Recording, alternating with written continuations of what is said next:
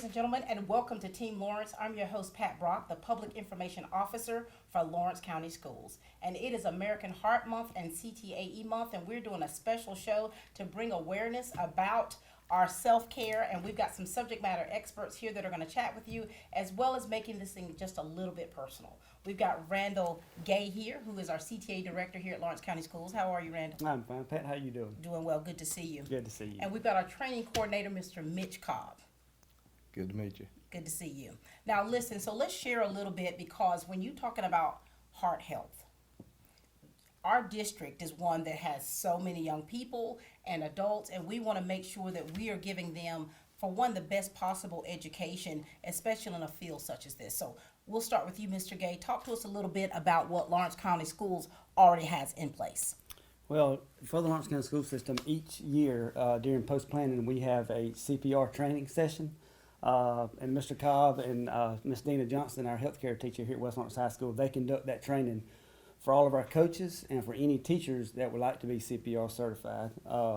We do that every year. Along with that, we have AED machines throughout the schools, mainly in the athletic areas. We have one down at the field house for your softball and your baseball and your track. Mm-hmm. We have one in the nurses station, and then we have one at the gym. Some of your campuses, say like at East Lawrence, they have 7. East Lawrence Middle School has 7 just because of the way this is spread out, with the weight room being down away from the school. Mm-hmm. And so forth. All of our elementary schools have AED machines. And just recently, we were able to purchase some Lucas devices. Mm-hmm. We're going to have a Lucas device at each high school and at each middle school beginning next week. And explain to them what those are. An AED machine is used to, if your heart is out of rhythm, mm-hmm. you can receive a shock and it stimulates your heart, and it gets your rhythm back or gets your heart back beating. An AED machine is pretty much self-explanatory. Mm-hmm. It will tell you, when to shock, when to stand back. It'll tell you when to, start CPR. And a lot of people, when you don't know if you've ever done CPR on anybody, Pat, but you give out really quick. Right. Mm-hmm. A lot of people, just after a few minutes, you're out of breath. So that's when the Lucas device comes in. The Lucas device is a machine that does CPR. So when it tells you to start CPR or continue CPR, right. The Lucas device will do that for you, and it performs perfect chest compressions. Yeah. So it's a much more reliable tool than someone that's because when you get tired, you get sloppy on your chest compressions. Mm-hmm. So it's not as effective as the Lucas would be. And so currently we've got 22 of the AED machines. We got 22 AED mm-hmm. machines throughout our school district. And we currently have 4 Lucas devices. And when you're talking about these devices, these are not things that are like cheap tools. I mean, these are things $16,000 a piece, and we're fortunate to have the ones that we have here. Correct? Very fortunate. The AED machines are about $1,500 a piece, mm-hmm. and then the Lucas devices are $16,000. Very good. Now, Mitch Cobb, talk to us about what you do outside of the school system, as well as what you're doing here at East Lawrence and West Lawrence schools. Well, I'm a training coordinator as well as a paramedic, EMS instructor. And a few years back, when I was teaching at the college up here, they dropped the program. So we took on the program with the county, Lawrence County EMS. And in that process, we felt the need of finding a cohort with the schools. We had been in conjunction with Mr. Gay. I think he had the same idea that we did at the same mm-hmm. time. We just kind of collided on the back of an ambulance one day, and we were talking, and we put this thing together, and finally were able to offer doing the EMR program here mm-hmm. at the school, emergency medical responder. So as far as what I do at the service, as far as I do all kind of training, I teach paramedic, I teach pretty much anything to do with healthcare at our facility. And what you all are preparing them for is real world experiences. Yes. And why is it so important to have these systems in place, Mr. Gay? Important to have the AEDs in place? Correct. Because you never know when an emergency can happen. Yeah. Especially around your athletic events. A lot of people, I got a lot of phone calls after the DeMar Hamlin incident. Mm-hmm. Mm-hmm. With the NFL, I received so many phone calls from parents asking where our AED machines were at, that all the coaches know where they were at, mm-hmm. because when something mm-hmm. like that happens, it really makes you think that this could happen to you. For sure. And we want to make sure that our our employees are well trained in this. So we're already offering some things. What can we do to really make sure that our employees are well versed in how to handle crises of this sort? We're in the process now of offering AED training. Like I said, it's pretty much self-explanatory. Right. Once you open one up, it tells you exactly what to do. But it may be self-explanatory, but a lot of people will be nervous and apprehensive Right. about actually using it. So we offering it to all of our schools on March the 1st is our first school. Mitch and I are going over to East Lawrence Elementary, and we're going. It's called PLCs. Right. A lot of schools do it on Wednesday. We're gonna meet with every teacher at East Lawrence Elementary, and we're gonna go through the AED training with them. Very good. And Mr. Cobb, how do you make sure that these young people that you're training and teaching know the importance of what they're learning? Well, first of all, we have to teach them real life experience. And right now, today, we actually have a couple students that are out riding with our crews today. So they're taking turns actually going out and experiencing what we see every day with the crews. And so far today, they did get to work with 2 cardiac arrest patients today already. So they've got that real experience.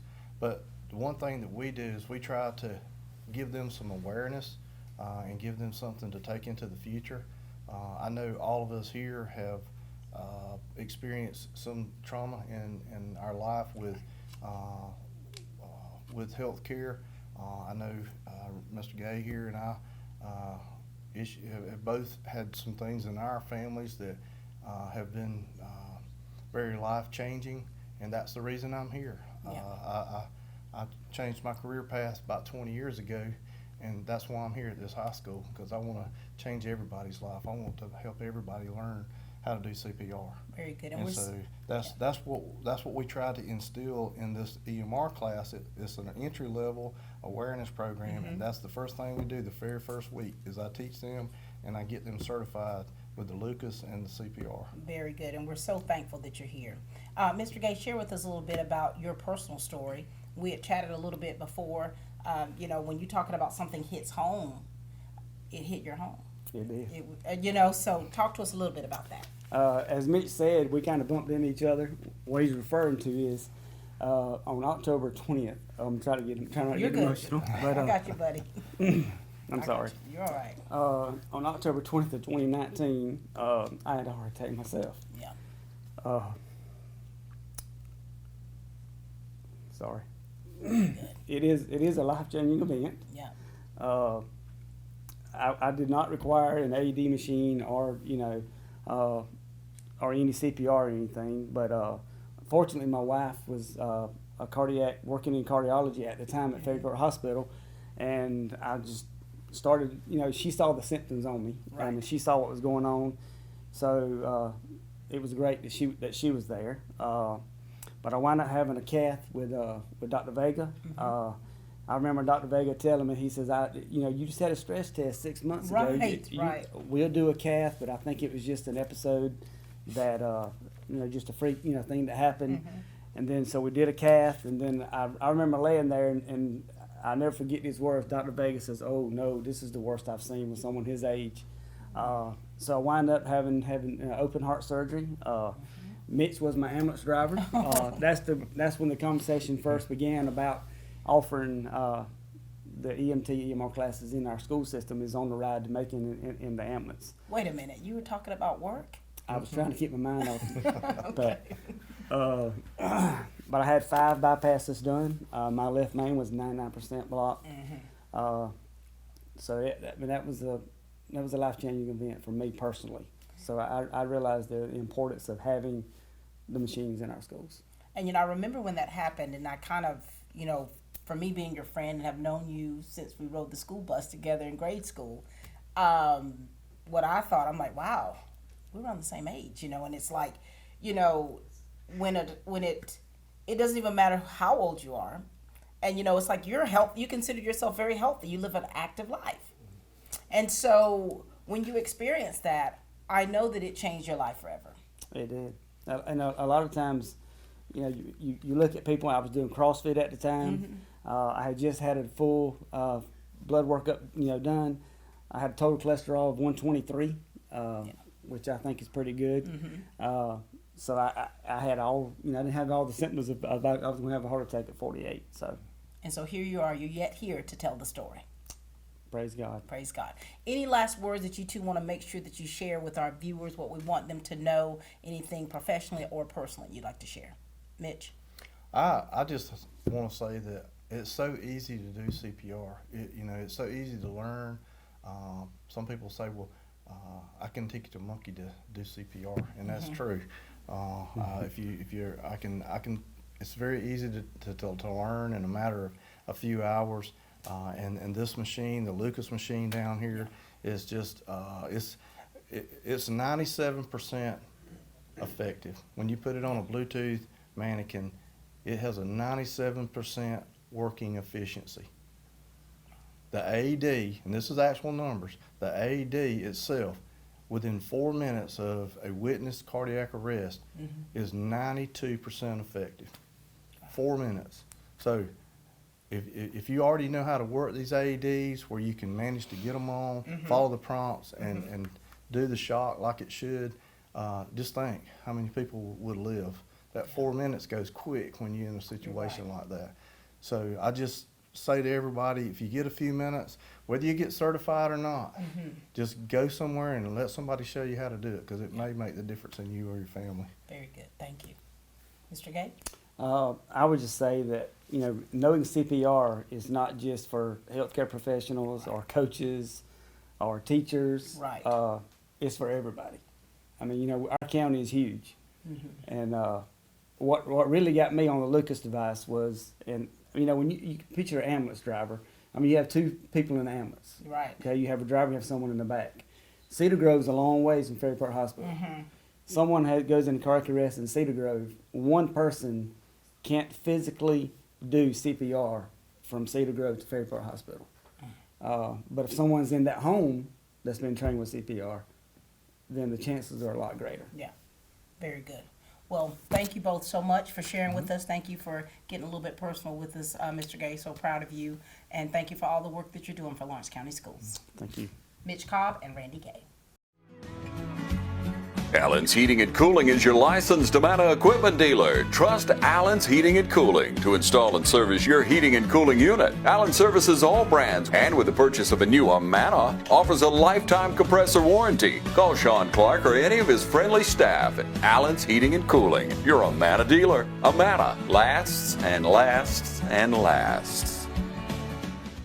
Hello, I'm Andy Cullins at Cullins Supply. Bad Boy tractors built to carry the load around your farm or property. We're building on legendary Bad Boy brand by introducing a new line of small or medium-sized tractors that maintain our history, combining power, performance, and build quality while delivering the highest value in their class. With a tractor size to fit any farm, from landscapers to ranchers, Bad Boy tractors are positioned to be workhorses in the field. Coupled with our line of Bad Boy implements and cutters, you're all set to make your workday feel less like a chore.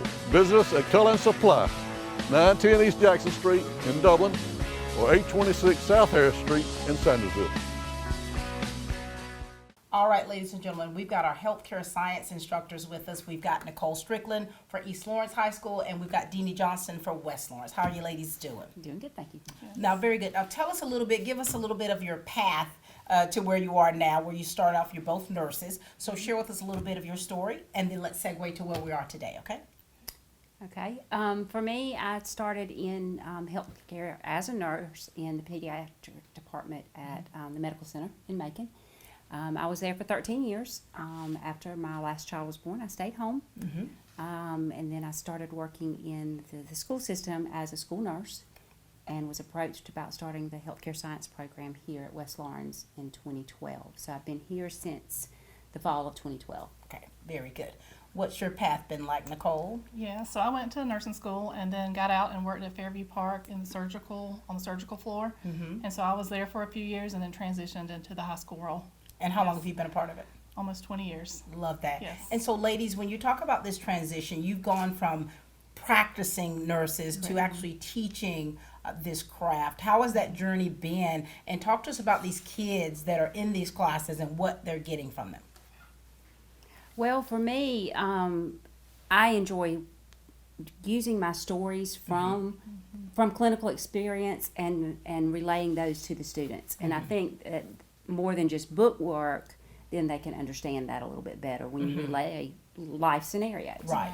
And so for me, seeing the light turn on for some of these students, Yep. as a freshman or sophomore when they come into my class, sometimes they want it, sometimes they don't. And if they don't, that's fine, but they get to experience that. Right. And see if they like it or don't. And then, of course, the second course is a lot more intense. It's anatomy and physiology, and it's very fast-paced.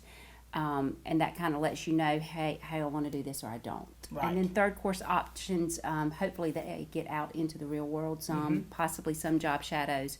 Some of that's been limited with COVID. Right. But it's gearing back up. So that's kind of where I see it. See the light turn on. Love that. Thank you. Yeah, I think too, them coming in as ninth graders and seeing the transition and the growth, and then, a few years later after high school, they call back and they need recommendation letters Yeah. for, getting into nursing school or getting that first job into healthcare. And we all know that the healthcare field is ever growing. Right. And needs good people in the field. Right. So we're hoping that we're producing those students that, they're the next generation. So when you, as far as an after action review, do you see a lot of students that you work with are going into the medical field?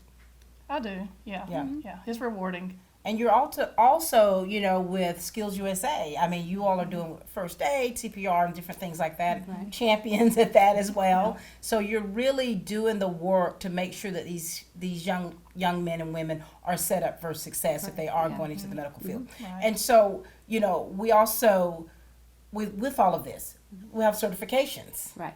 Talk to us about those. As far as certifications for our students? Correct. Well, like for me, I certify them in CPR and first aid. Okay. So they do have that opportunity during that second course to become certified, and then we do a refresher during the third course if they need it. So that's one of the ones that we offer. Okay. We do the same thing at East Lawrence. We have the certification for CPR, first aid, where the kids can come in and they learn the skill and then perform the checkoffs and are able to get that CPR card. And so, and let's make this personal to where, we've had incidences here at Lawrence County Schools where, with Lexi Loam, you're going to meet her in just a little bit. You taught her. Right? Is that correct? Talk to us about your relationship with Lexi and her being in your course, and then with her going into cardiac arrest. Right. Talk to us. Well, Lexi did go through all three of my classes. She had the introduction class, the second course, which is essentials, and then the third course being allied health. Right. And she did learn those skills. So. And so, how, when it hits home, when it's someone that is affected by this, how do you really feel the importance of what you do with these young people? Yes, definitely. What do you think we should, as a district, do to make sure that we're getting the word out about first aid and CPR training? Is there something that we could do differently or do better in order to get more people trained? Well, I think even when I teach the class, I tell my students, they're not going to ask for your certification card. You're not going to have to pull it out and show them. Right. It's the skill. You know, you need to learn this. You need to be Right. efficient with this. You need to know how, because you could be babysitting. You could be home with grandma. You could be at a friend's house. You never know when you're going to have to use those skills. So it's something that everybody should learn. My sister was a 911 supervisor for many years, and she had to perform CPR on our dad. Wow. So she's used to talking people through it on what to do. And that was in 1990 when she performed CPR on our dad and he died. So it's like, it could make or break. It's a life-changing thing to be able to have these abilities and these skills. And so what you two are doing each and every day, while you get up every morning, it is so valuable. And we are so appreciative of what you're doing. Thank you. Is there anything else you'd like to say to the people out there of Dublin Lawrence County? We just appreciate the opportunity to get to teach the Exactly. students. Definitely. It's rewarding to come in every day and see the difference that you are making in the kids' lives. For sure. I mean, you two, I've been in your classes, you teach with love and you teach with passion and compassion and a great skill. So thank you Thank both you. so very Thank much. you. Ladies and gentlemen, this is Dina Johnston and Nicole Strickland representing East Lawrence High School and West Lawrence High School. Hey, it's St. Patrick's time here in Dublin, Georgia, and we want to make sure you get out and enjoy all the festivities. And here at A+ Flooring and Construction, we have tradition of quality service with quality people. Come see us at 371 Georgia Highway 338 or give us a call at 676-2662. Call Mr. Appliance for speedy expert service. Or your appliance is not performing correctly, call 309-5960. Mr. Appliance of Dublin is your go-to company for dependable quality appliance service. Our experts are committed to delivering exceptional results in a timely manner, whether you need repairs, replacement parts, or general maintenance. Technicians are available on your schedule and always provide courteous, respectful, and quality work every time. Our technicians always explain and ensure understanding so you'll never encounter surprise fees. Trust Mr. Appliance for residential and commercial repair, service, and maintenance. Call 309-5960. That's 309-5960. 309-5960. Serving Dublin and the surrounding area. Mr. Appliance and Speedy Expert Service, a locally owned and operated franchise. You know, ladies and gentlemen, when we talk about, Heart Health Month, when you talk about cardiovascular health, when you talk about CPR training and first aid, when it hits home, when it goes in, your back door, it puts a whole different light on things. We've got Lexi Lohman with us. How are you, dear? Good. 18-year-old cardiac arrest survivor. Yes, ma'am. And we've got nurse practitioner and sister Tabitha Mullis. How are you? I'm good, thank you. Every 40 seconds, someone in the United States is having a heart attack. And when you talk about someone who's a teenager, healthy, living a healthy lifestyle, a heart attack is not something that you're even thinking about. And so, Lexi, you went into cardiac arrest. I did. And you have lived to tell about it. I did. You look great. Thank you. But we know that you have gone through it I have. to get to it. Yep. So what you can recollect, share with us a little bit, okay? I really don't remember the whole situation of passing out and going into cardiac arrest.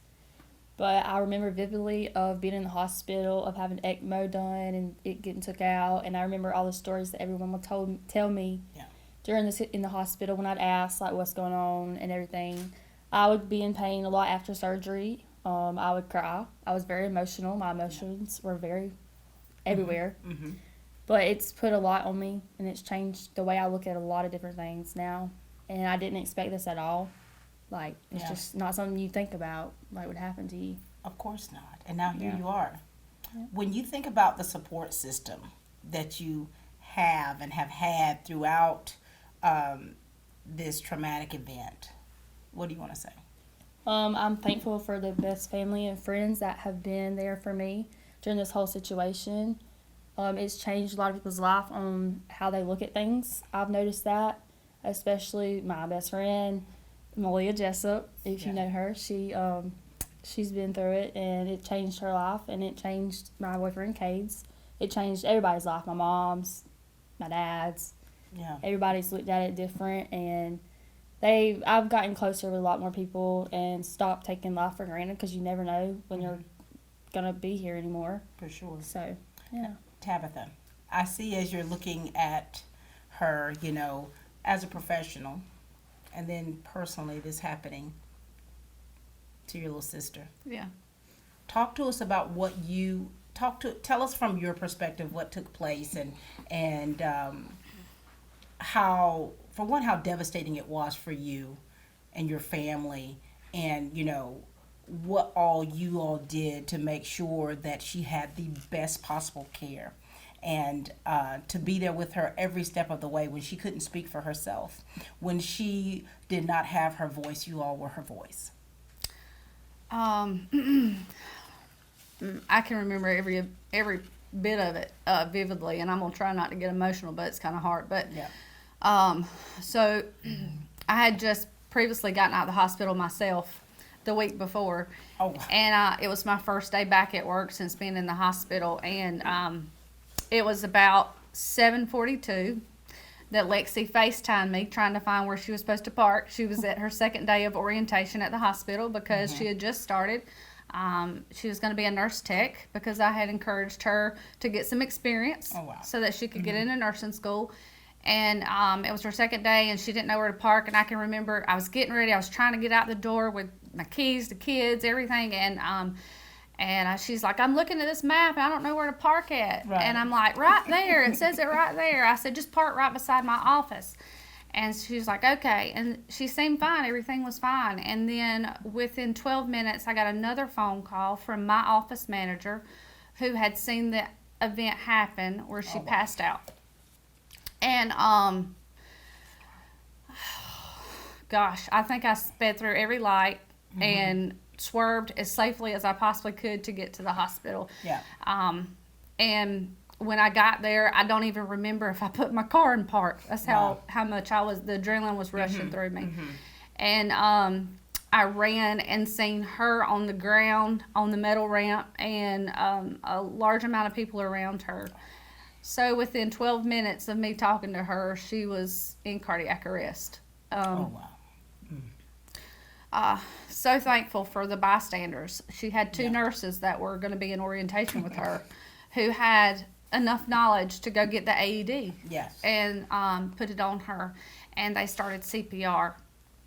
And when I say the length of where she was from the hospital ER was probably not even 100 feet. And so felt like EMS couldn't get there fast enough. Right. They delivered a shock with the AED, and they began CPR immediately. I got there and started providing mouth to mouth. The ER tech had came out from the hospital with the bag and started bag mouthing her while we were doing CPR.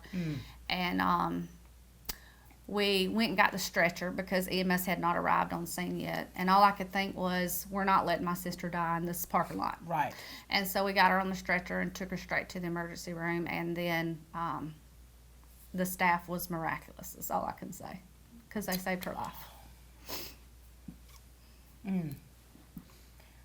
When you do this kind of stuff, but when it's one of your own, when it's your blood.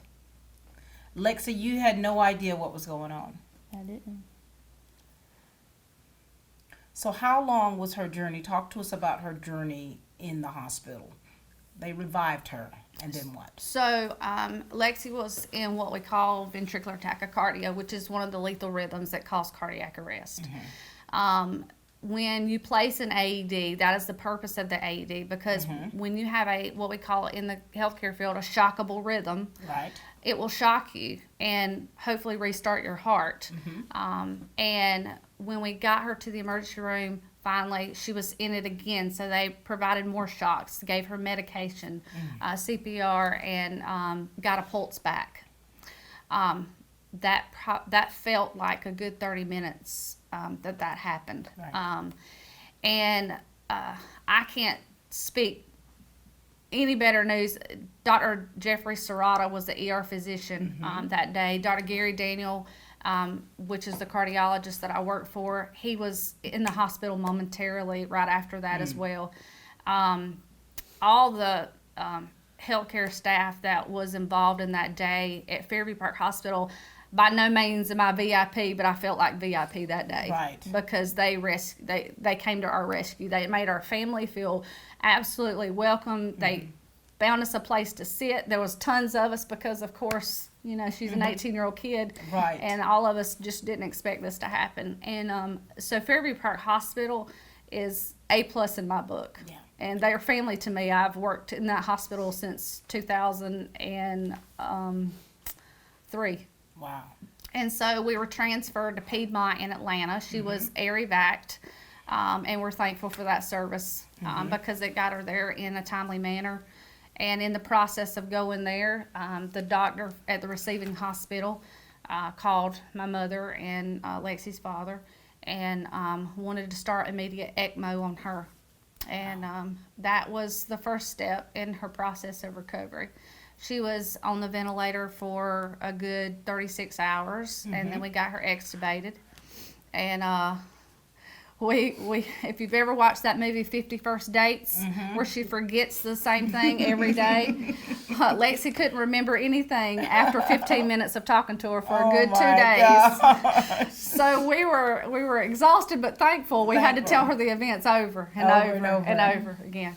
But Piedmont Atlanta was exceptional with her as well. She went for a heart catheterization because that was we wanted to know why this happened to an 18-year-old healthy child.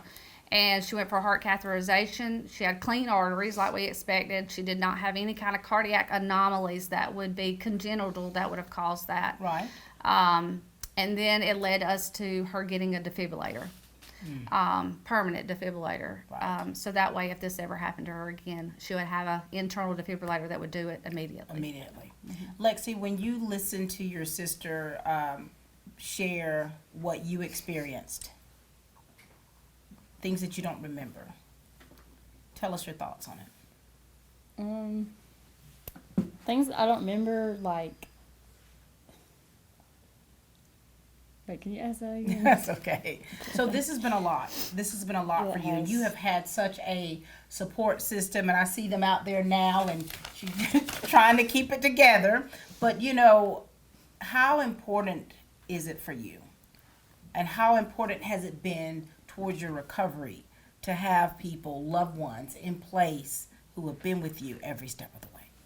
It's been very important to me. It's showed me that people can, like, become closer to you, and people can change their ways, how they act towards you, and people can get a lot nicer and change the way they just change their whole personality and the way they think about things. Yeah.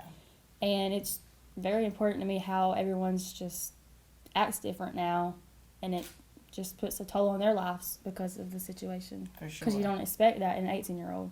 You don't. And people that are my age are just like in shock still, probably. For sure.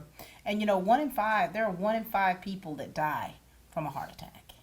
And you know, they say you're one of the lucky ones, but I don't just believe in luck. I believe it's just truly a blessing. But I believe that your work here is not done, that you have a mantle on you that you've got to be able to utilize to be a strength to other people out there because of your experiences. And Tabitha, as a professional, an 18-year-old having a heart attack, how often do you see that?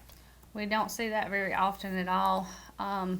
However, while we were in the hospital, I received 2 articles from 2 different people. There was an 18-year-old that went in cardiac arrest. They did not give CPR quick enough, and she has a noxic brain injury, and basically what that means, she didn't get oxygen to the blood quick enough, to the brain quick enough. Her body recovered, but her brain did not. And so I can't stress that enough, just like Mr. Gay and Mitch talked about earlier, that everybody, not just a healthcare professional, should be aware of how to give CPR. I had a patient back in December, an elderly man who required, he went into cardiac arrest and required CPR, but the son did not know how to give it. So he was down for quite some time. They got him back, but he had an anoxic brain injury as well because he didn't get oxygen to the brain.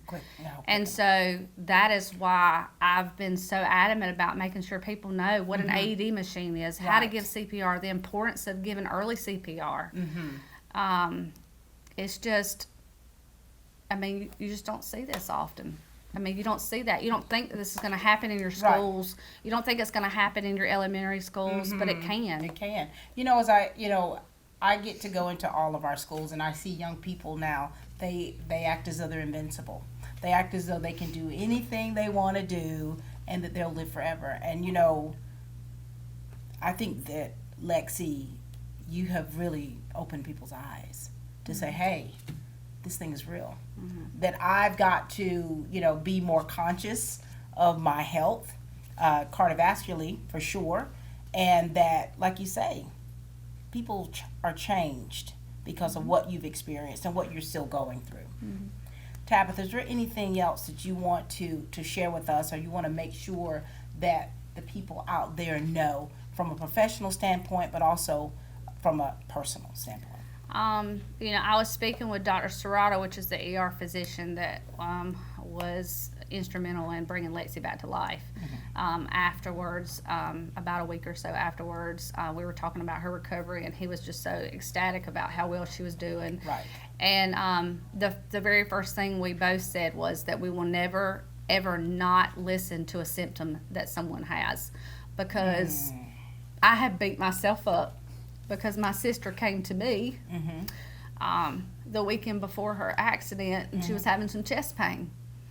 And you wouldn't think in an 18-year-old that I needed to even think about cardiac-wise. Right. I thought it was something else. She had started new birth control. I thought maybe she wasn't tolerating it well. And I can probably almost guarantee she was having episodes of VT. Most likely that's what she was experiencing.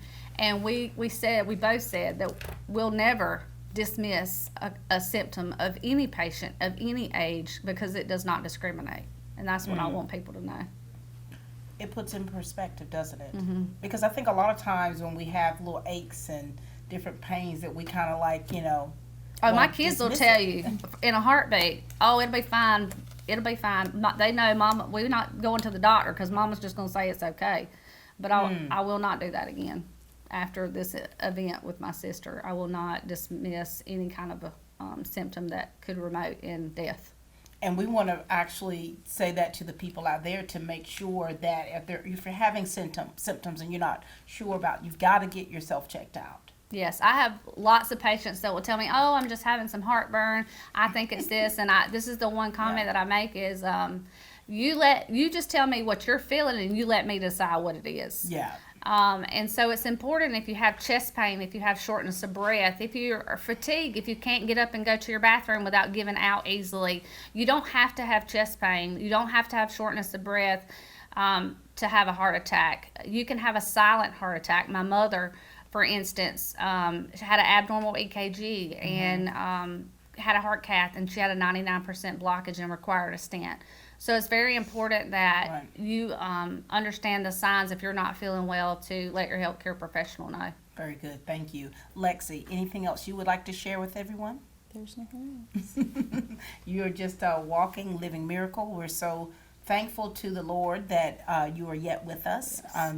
You have gone through something quite traumatic, but you have had a support system, and you've got a support system that will go through hell and high water to make sure that you're all right. And we want to thank you too for you and Taylor. You were giving updates, just letting people know, and even the details of things, of just specific areas to pray for and to really see this thing. And so we were able to see you tell the story through the words. And so we just thank you, and thank you for still yet standing, not just for her, but for all of us.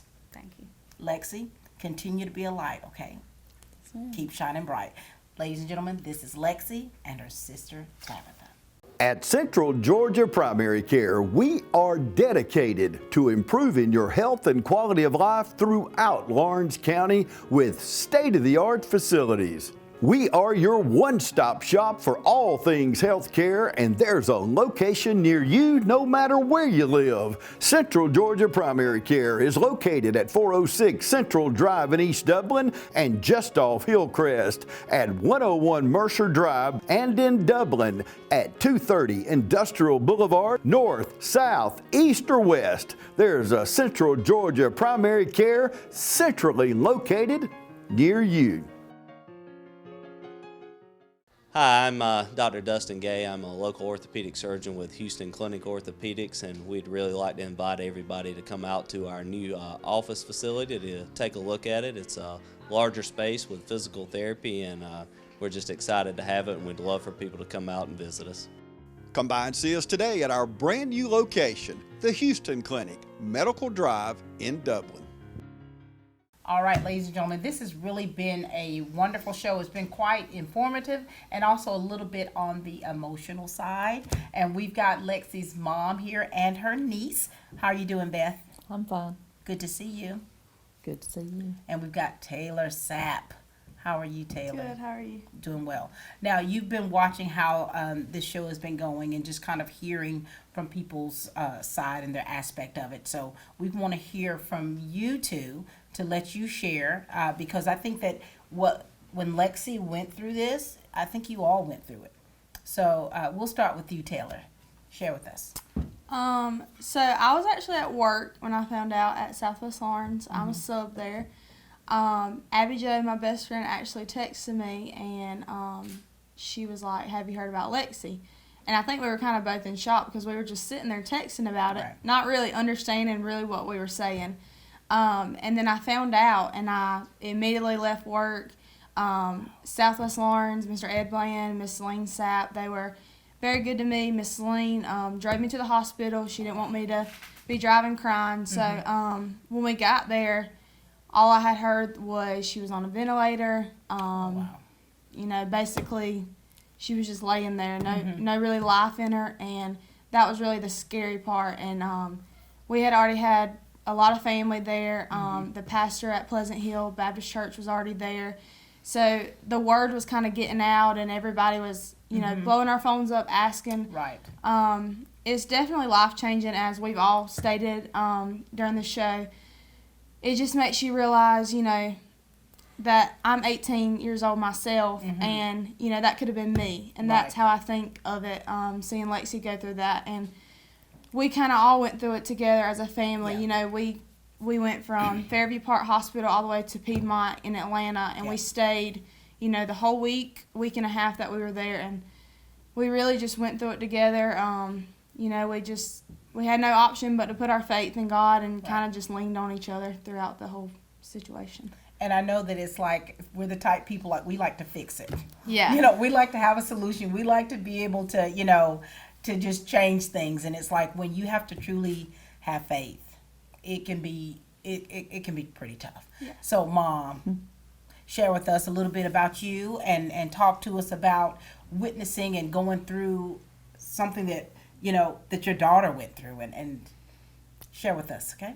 I believe I was the day when I got the call that morning. I'm bad about answering phones, and somebody was beating on my door on the side of my house, and I walked outside and called my husband.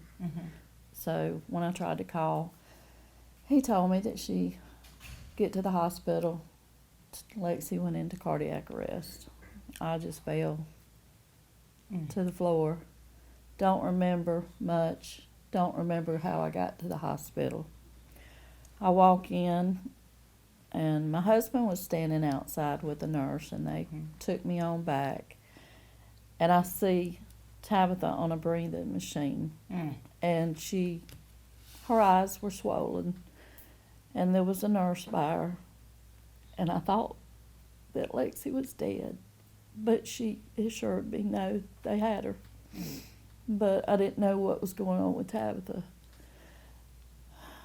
And like I said, it was chaotic. There was everybody was coming. I remember getting a vase that had 3 pink roses, and it was one of her former cheerleaders that friend, Abby Brown. And I just was, you know, I knew then everybody must know what had happened to her. Yeah. Well, I walked back there and saw her, and this is not the first time I've had a child on a ventilator.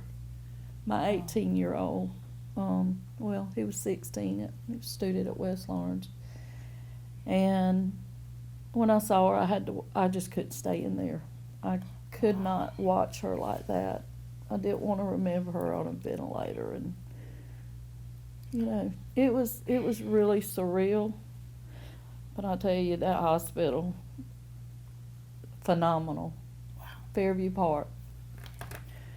I remember Chris, and I'm blank right now. That's okay. That's okay. He got us a place in the back. It was back where the construction was. There Chris was Kersey. Yes. Oh, And I know Chris. Anyway, he got us back there. He was, you know, great.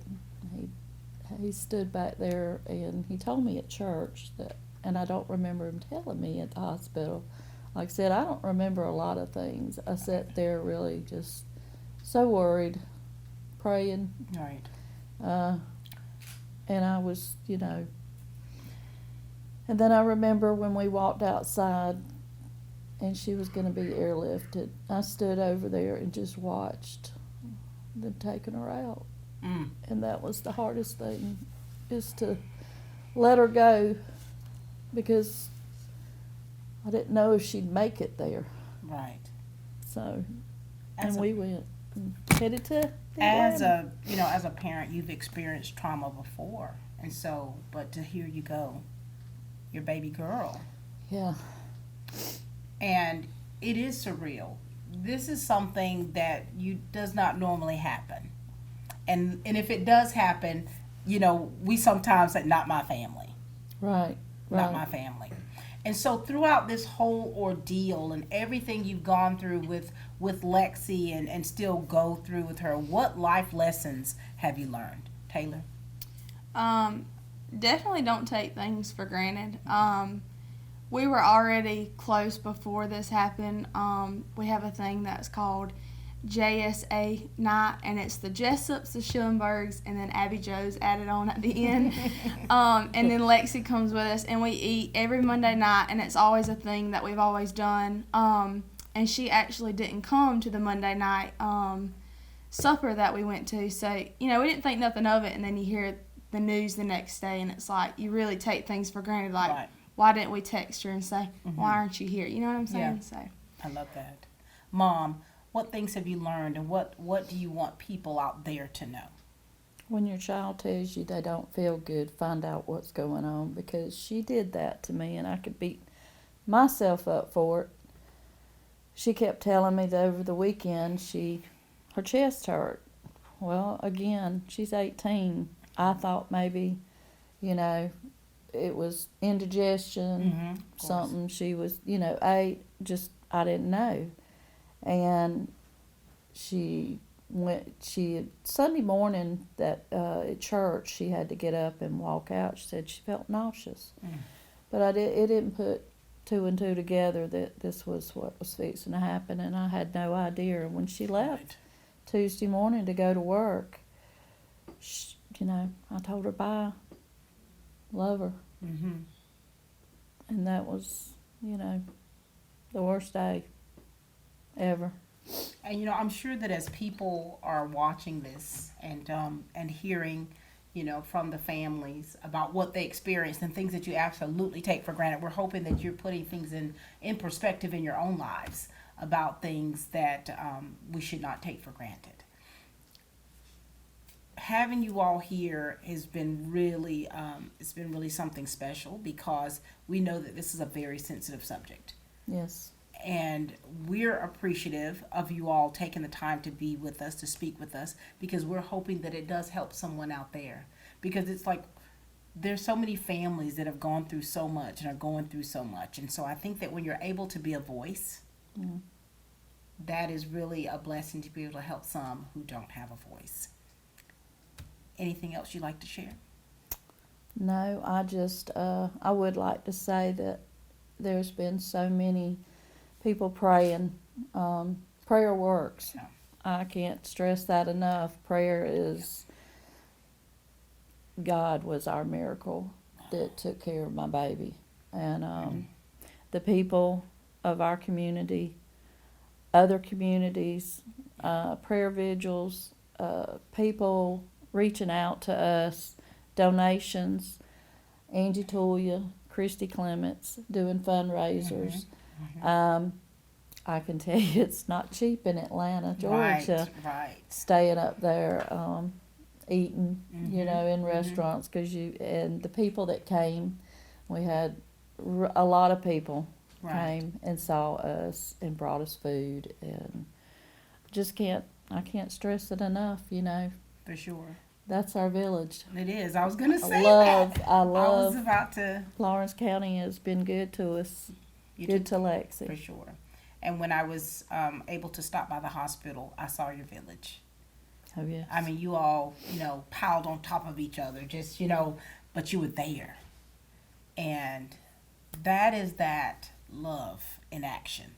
that is, you know, putting your money where your mouth is, being there for someone, and all of the people that had a hand in donating and doing things to help be a blessing to your family. We want to thank all of you. Yes. Taylor, anything you'd like to say?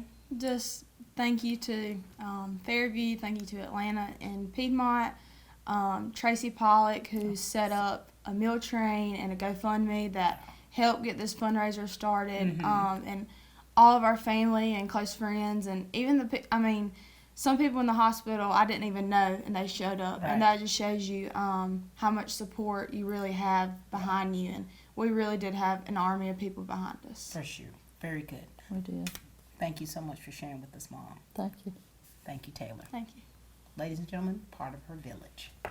I'm Brian Bazemore, President and CEO of Community Bank of Dublin-Lawrence County. We would like to invite you to come by and experience a welcoming banking environment. Come by today and have a cup of coffee and let us talk with you about our many products, savings accounts, checking accounts, CDs, and our many loans. You're more than just a number to us, you're family. Come by today, Community Bank of Dublin-Lawrence County, member FDIC, and equal housing lender. At Dublin Chevy GMC, we have shipments arriving daily. Whether it's Silverados, Yukons, or Tahoes, we have the ride for you. As a matter of fact, I'm doing everything I can to get the trucks ready for you. Whether it's a Blazer or a Terrain or any other crossover, we have the Chevy or GMC for you. And with rates as low as 2.99 on new Silverados, there's never a better time to buy. And remember, Don sells cars well, only at Dublin Chevrolet. All right, ladies and gentlemen, this has really been a great day, having the opportunity to speak with the healthcare professionals that are here at Lawrence County Schools and speaking to the family of Lexi Lohman and just hearing their personal stories and their journey. So it's been really an emotional time, but also it's just really been quite awesome. And we've got Abby Jo Cowens with us, our good friend of hers. How are you? Good, how are you? Doing well. And we've got Cade Ivy. You're the boyfriend of Lexi. Yes, ma'am. Very nice. You're about to speak up about your woman. All right. So share with us a little bit, Abby Jo, about the friendship that you have with Lexi and what her going into cardiac arrest, what that did to you and witnessing everything and being there for her through it all. Okay? Yes, ma'am. So me and Lexi, our friendship started, our dads have probably been working together for about 10 years now. Okay. And so we always hung out then, but we didn't start like getting very close until me and Taylor actually started becoming friends. Okay. And that started like when I was in middle school. And then like we all kind of got close, like she said. And so fast forward to the day of, I was actually on my way to work. I had gotten a Snapchat from a friend that was like, how is Lexi, da da da, and I was like, what, Lexi? And so I try to text Lexi, and I'm like looking at her location, and of course I was like, she's at Fairview, and I was like, okay, she's at work. Right. So then I text Taylor, and I'm like, is anything wrong with Lexi, da da da da, and she was like, let me call Mom, and I'll get back with you. And I'm like, okay. So then Taylor didn't even know. Taylor has no idea at this point. So then Taylor calls me back. I'm at a store near me getting gas, about to head to work, and Taylor calls me, and she says that Lexi is on the ventilator and going into cardiac arrest. And so then I'm on the way to work, and my mom and dad have Life 360 on me, and I called him and I let him know. I was like, listen, it's about to flash. I'm on the way to the hospital. I'm about to be going fast now. And they were like, what's wrong? Like, da, da, da. Right, so like, I tell them, and so I get to the hospital, and like I'm just like on the way to the hospital, like in shock, like they said, like I don't know how I got there. Right. And so I get there finally, and I walk in with Malia and Mandy Jessup, and we walk in, and we're in the waiting room with everybody, and I think somebody had asked me and Taylor if we wanted to go back there, and I said yes. In my heart, I was like, Abby Jo, do you really want to see her like that? And so then when I see her like that, like that's when I actually lost it, because then it's like you see her and it all sets Puts in. it in perspective. Like, you're like, in shock already, but like when you see her, that's when it all set in for me. And so after that, like it was just through that whole next week and a half, like it was just sitting in a waiting room, and I honestly believe like sitting in that waiting room with everybody, like, I've always been close with their family, but something has just, like, made it so much closer. Like, Right. I, like, that family loves and they love hard, and, like, it was like an army was behind them, and Yeah. I'm glad that I have them in my corner as For well. sure. Very good. Thank you, darling. Yes, ma'am. Now, Cade, you're the significant other. Talk to us about what Lexi means to you, and share with us about, with all of this happening to her, how it's affected you, and how do you see things differently, okay? It was a lot. I remember the night before.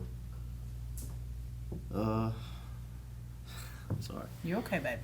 I remember the night before she met me up at work, and we wasn't necessarily getting along. Mm-hmm. At the time, we was, I wouldn't say arguing, but Just something was off. Something was off. Right. Mm-hmm. And I remember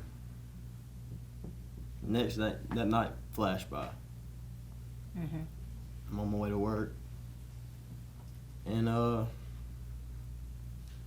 get off about 5:30. Mm-hmm. And I don't fall asleep till probably 6:37. Mm-hmm. Well, I couldn't sleep at all. Couldn't sleep that morning. So I'm texting her. Remember, the last text I sent her was about 8:12. Mm-hmm. And it was her telling me she was getting out of the car, and she was walking into work.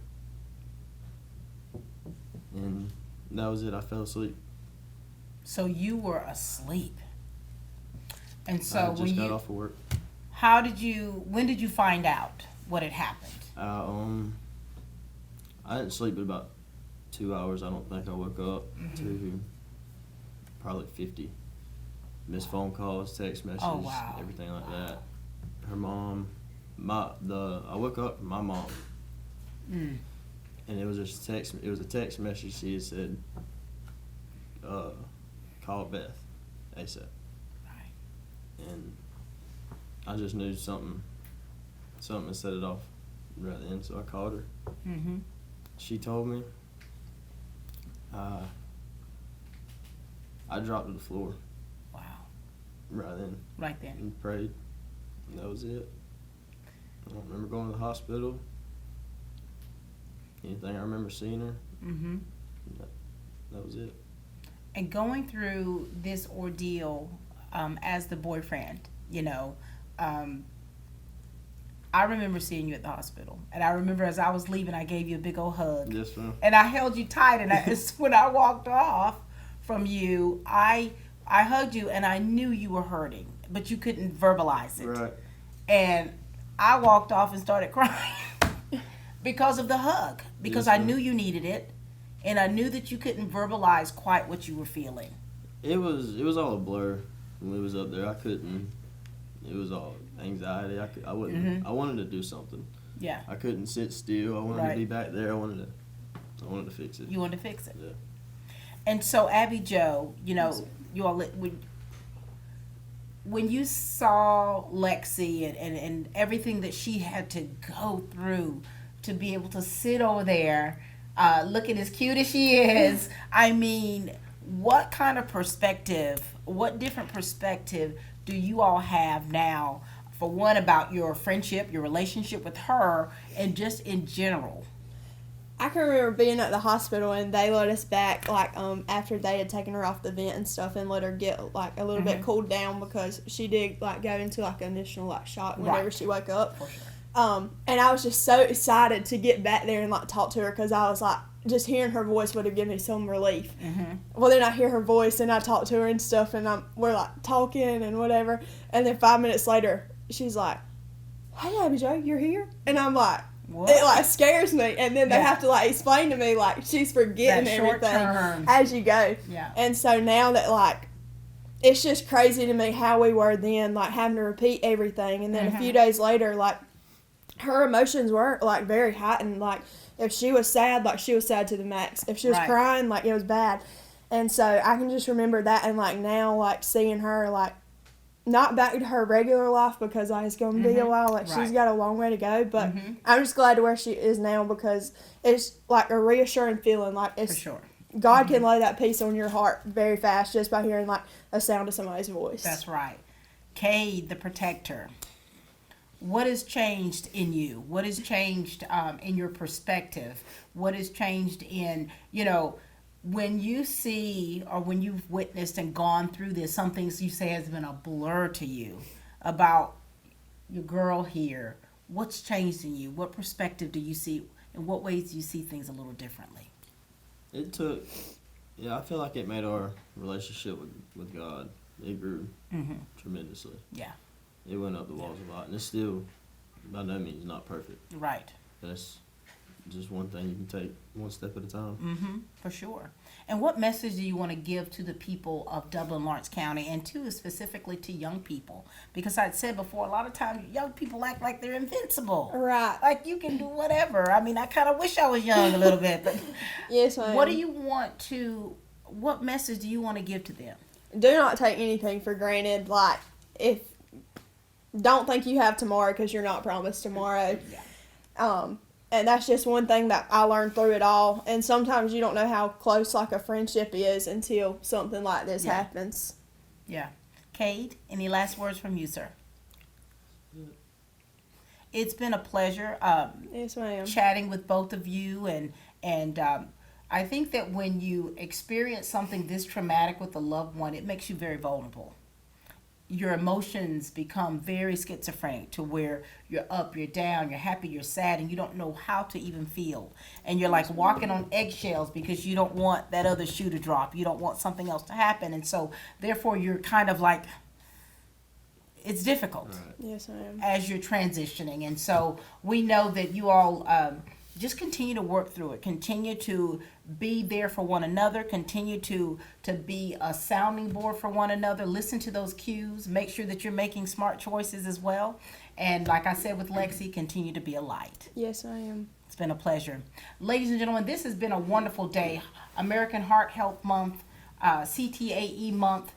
So many things that we do here in Lawrence County Schools to make sure that our students and, of course, our staff are set up for success. You've heard some very personal stories from the Lohman family, just hearing something that has happened that has been very recent, very traumatic, but also very eye-opening. And so we do hope that these testimonies and these words of wisdom and encouragement is something that really touches you, touches your heart, to make you to be more aware and do things just a little bit differently. Okay? All right, ladies and gentlemen, that's all the time we have here at Team Lawrence, where we continue to grow great students.